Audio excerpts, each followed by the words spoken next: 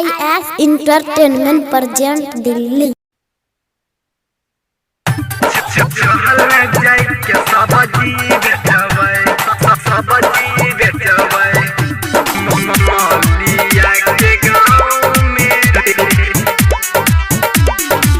Singing by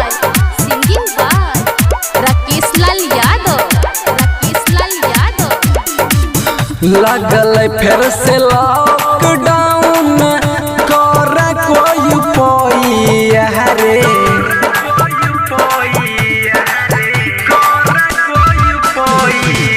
लगल फिर से लॉकडाउन कर कोई उपाय रे। लगल फिर से लॉकडाउन कर कोई उपाय रे। चहल जाय के सब्जी बेचबै मौलिया के गाँव में रे। चहल जाय के सब्जी बेचबै मौलिया के गाँव में रे। चहल जाय के सब्जी बेचबै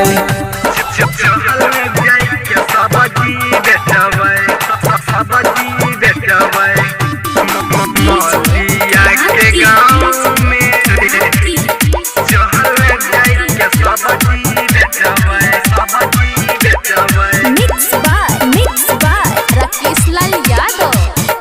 मुंगर के मनडी से लहिबै सब सामान रे।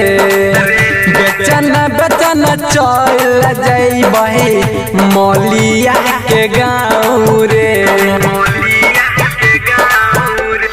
हे रे मुंगर के मनडी से लहिबै सब सामान रे। बेचन चल जैबै मौलिया के गाँव रे। बहुत दिन से मिलल नहीं हम छियै भरदम हे रे।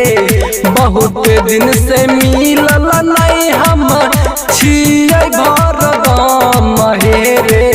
चहल जाय के सब्जी बेचबै मौलिया के गाँव में रे। चहल जाय के सब्जी बेचबै नेहावा के गाँव में रे। चहल जाय के सब्जी बेचबै